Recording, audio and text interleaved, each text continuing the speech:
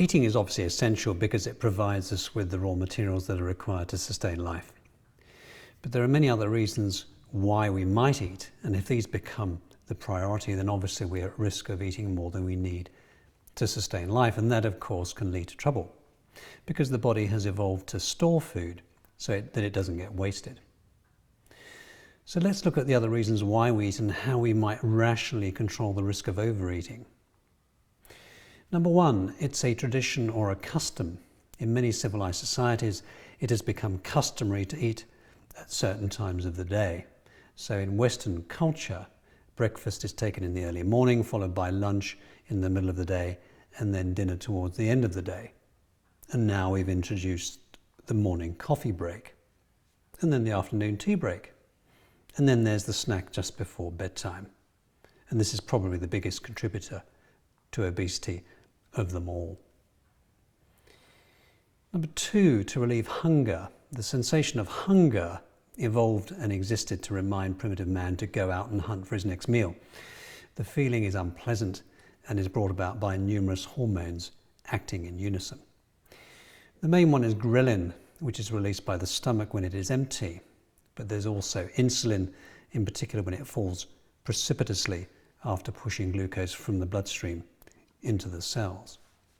And if insulin resistance exists, as in the individual carrying too much fat, then the rise in insulin initially is high, and with the consequence that the fall is even more precipitous, compounding the problem. The relief of hunger or satiety is a pleasant sensation by contrast, so you can see why we are compelled to eat if we are hungry. Number three, to relieve boredom, stress and anxiety. If you're wandering around the house with nothing else to do other than to go to the fridge and help yourself to another piece of chocolate gâteau, perpetually prompted by the sensation of hunger, then that spells disaster. Similarly, if you are eating to compensate for unhappiness in your life, then these problems need to be addressed. You're going to find it very difficult to participate in the Nestea formula if you cannot occupy your mind or change these circumstances. Number four, food is an interest or a hobby. I don't know anyone who doesn't enjoy good food, but when the participation extends to more than an interest, then it becomes an obsession and effectively an addiction, and your brain responds with a dopamine hit just like any other addiction. And if good food is not available, then substandard food tends to take its place, and that once again spells disaster. Food needs to revolve around our world. At the moment, for many of us, our world evolves around food. Number five, socializing. Humans are social animals, and when we get together with family and friends, we often do it around the dinner table. If we have no input as to what is put on the table, we are at risk once again of putting the wrong foods into our mouths. The perfect example is the birthday party.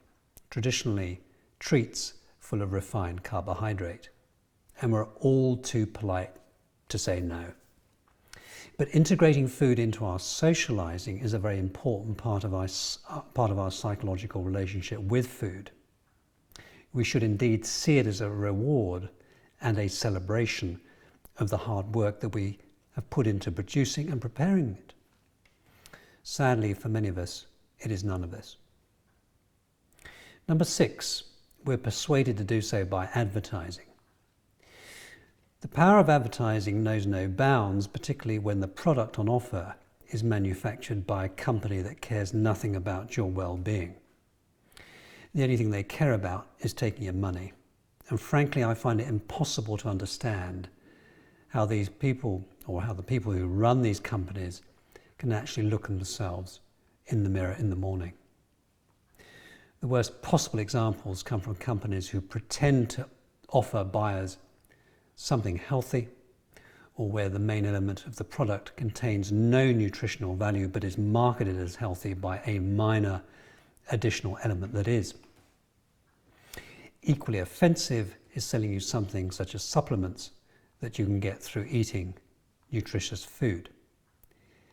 If you are eating a takeaway pizza and washing down your vitamin supplements with a can of fizzy drink, then that's patently ludicrous. And lastly, we're told to eat wrongly by a so-called expert. This is the worst reason for eating and is actually happening on a wholesale level.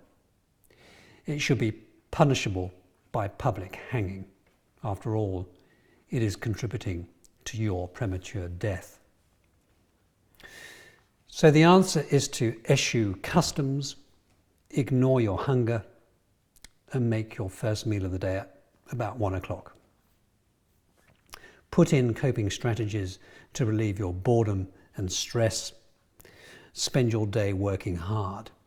And if you are retired, then you need to think about volunteering. By all means, nurture an interest in food, but don't let it become an addiction.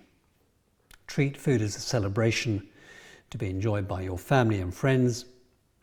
Ignore the adverts, and finally, critically question the advice that you receive from so-called experts. The easy solution, of course, is to follow Nestier's advice and to participate in the Nestia formula.